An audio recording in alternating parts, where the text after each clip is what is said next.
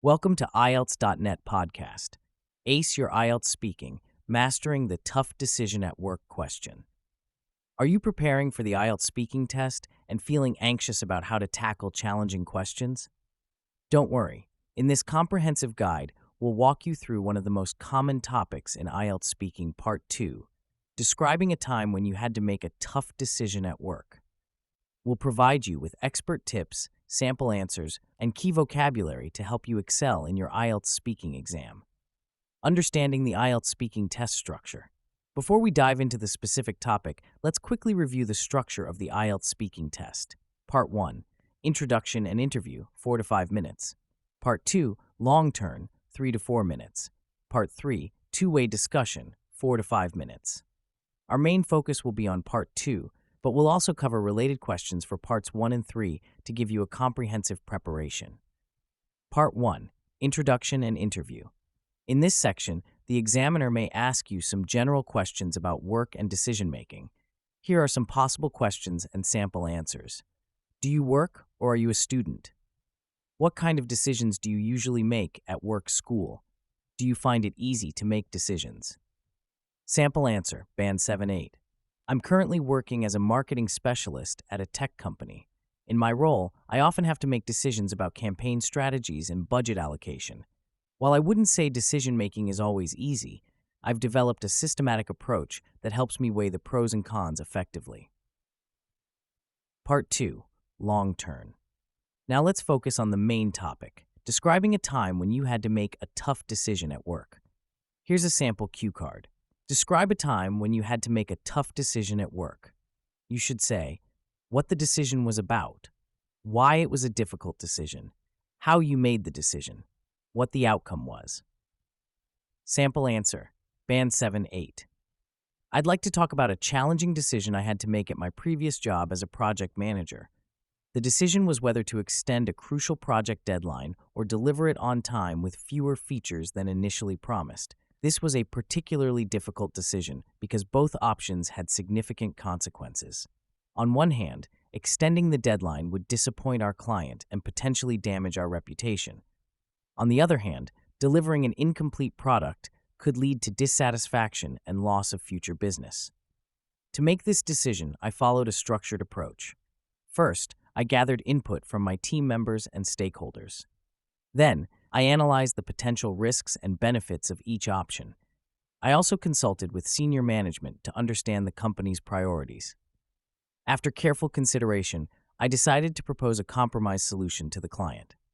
We would deliver the core features on time and provide the remaining features in a phased approach over the next month at no additional cost. The outcome was largely positive. The client appreciated our transparency and commitment to quality. Although there was some initial disappointment, our approach ultimately strengthened our relationship with the client. This experience taught me the importance of clear communication and creative problem-solving in difficult situations. Sample answer, Band 8-9. I'd like to recount a time when I faced a formidable decision in my role as a human resources manager at a multinational corporation. The decision revolved around whether to implement a large-scale restructuring plan that would significantly improve efficiency but also result in numerous job losses. This decision was exceptionally challenging due to its far-reaching implications. On one hand, the restructuring promised to enhance our competitive edge and ensure long-term sustainability. Conversely, it would lead to considerable job losses, potentially damaging employee morale and our company's reputation in the community. To navigate this complex situation, I employed a comprehensive decision-making framework. Initially, I conducted extensive research, analyzing similar cases in our industry and their outcomes. I then organized focus groups with employees from various departments to gauge the potential impact on workforce dynamics. Additionally, I collaborated closely with the finance team to create detailed projections of the financial implications of both implementing and not implementing the restructuring. After meticulous deliberation, I decided to recommend a modified version of the restructuring plan. This revised approach involved a phased implementation over 2 years, coupled with a robust retraining program for affected employees and partnerships with local businesses to assist in job placements. The outcome was multifaceted. While we did see some initial resistance and a temporary dip in morale, the long-term results were largely positive. The company's efficiency improved substantially, and our market position strengthened. Moreover, our commitment to supporting affected employees garnered respect within the industry and local community. This experience reinforced the importance of balancing business needs with ethical considerations and the value of innovative solutions in navigating complex corporate challenges. Follow-up questions. How do you handle the pressure of making important decisions? Do you think it's better to make decisions quickly or take time to consider all options? Sample answer. Band 8-9. When it comes to handling the pressure of important decisions, I've found that maintaining a calm and analytical mindset is crucial. I often use stress management techniques like deep breathing or brief meditation to clear my mind before tackling a significant decision. Additionally, I've learned to compartmentalize the emotional aspects of decision-making, focusing on objective data and long-term consequences rather than getting overwhelmed by immediate pressures. Regarding the speed of decision-making, I believe it's a delicate balance that depends on the situation. In fast-paced environments, the ability to make quick, informed decisions can be a valuable asset. However, for decisions with far-reaching implications, I advocate for a more measured approach. This involves thoroughly researching all available options, consulting with relevant stakeholders, and considering potential long-term ramifications. Ultimately, the key is to develop sound decision-making processes that can be applied efficiently in various contexts. This might involve creating decision matrices for complex choices or establishing clear criteria for quick decisions. By honing these skills, one can strike an optimal balance between speed and thoroughness in decision-making. Part 3. Two-way discussion. In this section, the examiner will ask more abstract questions related to decision-making in the workplace. Here are some possible questions and sample answers. How do you think technology has changed decision-making in the workplace? What role do you think emotions should play in making business decisions? How can companies ensure they make ethical decisions? Sample answer. Band 8-9. Technology has revolutionized decision-making in the workplace in several ways. Firstly, it has greatly enhanced our access to data, allowing for more informed and evidence-based decisions. Advanced analytics and AI-powered tools can now process vast amounts of information quickly, providing insights that were previously unattainable. This has led to a shift towards data-driven decision-making in many organizations. However, this technological advancement also presents challenges. The sheer volume of data available can sometimes lead to analysis paralysis, where decision-makers become overwhelmed. Additionally, there's a risk of over-relying on algorithms and neglecting human intuition and experience. The key is to strike a balance, using technology as a tool to augment human decision-making rather than replace it entirely. Regarding emotions in business decisions, I believe they play a nuanced role. While it's important to maintain objectivity and base decisions on concrete facts and logic, emotions shouldn't be entirely discounted. Emotional intelligence can provide valuable insights into how decisions might affect stakeholders, team dynamics, and company culture. Moreover, passion and intuition, which have emotional components, can drive innovation and risk-taking in business. The challenge lies in harnessing emotions constructively without letting them cloud judgment. This requires a high level of self-awareness and the ability to recognize and manage one's own biases. Leaders should strive to create a culture where emotions are acknowledged and discussed openly, but where final decisions are grounded in rational analysis.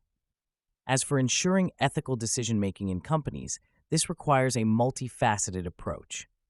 Firstly, organizations need to establish a strong ethical framework that goes beyond mere compliance with laws and regulations. This involves defining clear values and ethical guidelines that are woven into the company's culture and operations. Secondly, companies should implement robust governance structures, including ethics committees and regular audits of decision-making processes. Training programs on ethical decision-making can also be valuable in equipping employees at all levels with the tools to navigate complex ethical dilemmas. Furthermore, Fostering a culture of transparency and accountability is crucial. This includes creating safe channels for employees to report ethical concerns without fear of reprisal, and ensuring that ethical considerations are explicitly factored into performance evaluations and promotion decisions. Lastly, companies should strive to diversify their decision-making bodies. A variety of perspectives can help identify potential ethical issues that might be overlooked in a more homogeneous group. By implementing these measures, companies can create an environment where ethical considerations are integral to every business decision. Key vocabulary and phrases for high scores. To boost your IELTS speaking score, incorporate these advanced vocabulary items and phrases into your responses. Weigh the pros and cons. To carefully consider the advantages and disadvantages of something. Stakeholders, people or groups who have an interest in a company's decisions. Mitigate risks, to reduce the possible negative effects of something. Ethical implications, the potential moral consequences of a decision. Collaborate, to work together with others to achieve a goal. Innovative solution, a new and creative way to solve a problem. Long-term ramifications, the effects or consequences that will be felt for a long time. Transparency, being open and honest in one's actions and communications. Data-driven decision-making, making choices based on analyzed data rather than intuition. Ethical dilemma, a situation that requires a choice between options that are or seem equally unfavorable or mutually exclusive. Remember to use these phrases naturally and in the appropriate context to demonstrate your language proficiency. Tips from an IELTS examiner. As an experienced IELTS examiner, here are my top tips for excelling in the speaking test. Practice regularly. Familiarity with the test format and question types will boost your confidence. Develop your ideas. Don't just give short answers. Explain your thoughts and provide examples. Use a variety of vocabulary and grammar structures. This demonstrates your language proficiency. Speak clearly and at a natural pace. Don't rush, but also avoid long pauses. Stay on topic. Make sure your answers are relevant to the questions asked. Be honest. If you don't understand a question, it's okay to ask for clarification. Show enthusiasm. Engaged and animated responses often score higher. By following these tips and using the sample answers as inspiration, you'll be well prepared to tackle the tough decision at work topic and other challenging questions in your IELTS speaking test. Remember, the key to success is practice and confidence. Good luck with your IELTS journey. For more IELTS speaking preparation, check out our guides on describing a book that had a big impact on your life and describing a time when you had to take charge of a difficult situation. Thank you so much for tuning in today. If you enjoyed this episode and found it helpful, make sure to follow our channel so you don't miss out on more valuable content coming your way. We've got a lot of exciting topics lined up, and we'd love for you to be part of the journey. Hit that follow button and stay connected with us for more insights and inspiration. See you in the next episode.